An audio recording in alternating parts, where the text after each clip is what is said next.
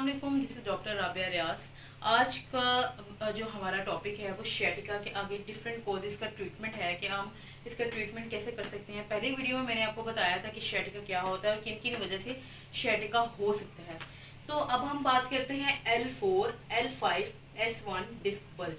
Basically treatment मैं इसका ही आज की इस वीडियो में बताऊंगी कि L4, L5, S1 disc bulge क्या होता है। कि ये एक्यूट डिस्क बल्ज हुई है, मतलब फॉर एग्जांपल एक्यूट का मतलब होता है सडन ऑनसेट, जो 2 वीक से पहले पहले आ रही है, उसको हम जो है वो एक्यूट कंडीशन बोलते हैं।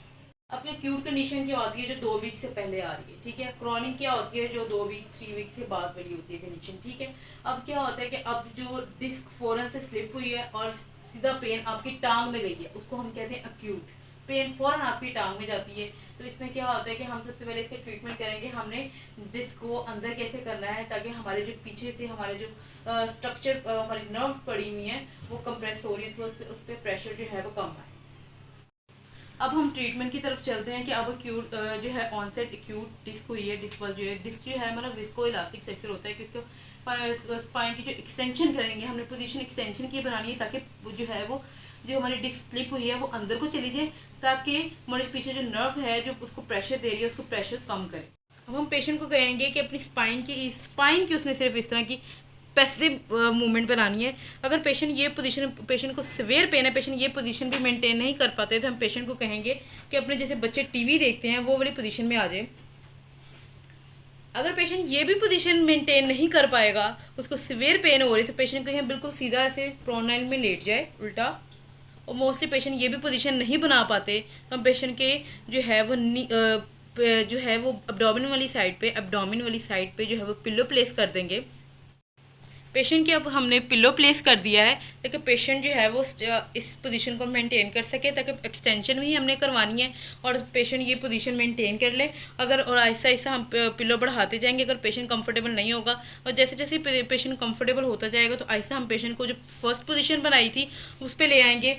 पेशेंट पोजीशन बनाई जो फर्स्ट पे बनाई थी इस तरह पोजीशन पे ले आएंगे और 5 सेकंड का होल्ड देंगे, और आपने ये 10 रेपिटेशन ज़रूर करनी है दिन में 2 दफ़ा।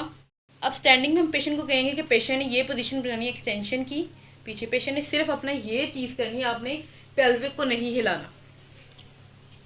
पेशेंट ने ये जो पोजीशन, अब पेशेंट को जो हमने स्टैंडिंग में पोजीशन बनवाई, अगर पेशेंट को उस पर भी पेन आ रही है, जो सेंट्रलाइजेशन और पेरिफेरलाइजेशन का जो मेन बेस थी उसका बता दूं मैं आपको कि सेंट्रलाइजेशन क्या होती है। अगर पेशेंट को पेन आ रही है काफ पे ऊपर उसकी जो है वो थाई में जा रही है, और थाई से है वो ऊपर बटक में आ रही है, बटक से वो जो है आपकी बैक पे आ रही है, तो ये पेशेंट के लिए पॉजिटिव पॉइंट है। उसके लिए वो एक्सरसाइज जारी रखे। अगर पेशेंट को पेरिफेरलाइजेशन जो वो एक नेगेटिव इम्पैक्ट है, उसमें क्या होता है, इसमें आपको पता चलेगा कि पेशेंट को प्रोग्नोसिस क्या हो रहा है, पेशेंट का क्या रिजल्ट आ रहा है, एक्सरसाइज उसके लिए बेहतर हो रही है कि नहीं। तो पेरिफेरलाइजेशन में क्या होगा, अगर पेशेंट को पेन फॉर एग्जाम्पल थाई में है तो थाई में उसकी काफ पे जा रही है, काफ से उसकी पाँव में जा रही है, तो आपने वो एक्सरसाइज रोक देनी है, पेशेंट के लिए बेहतर नहीं है।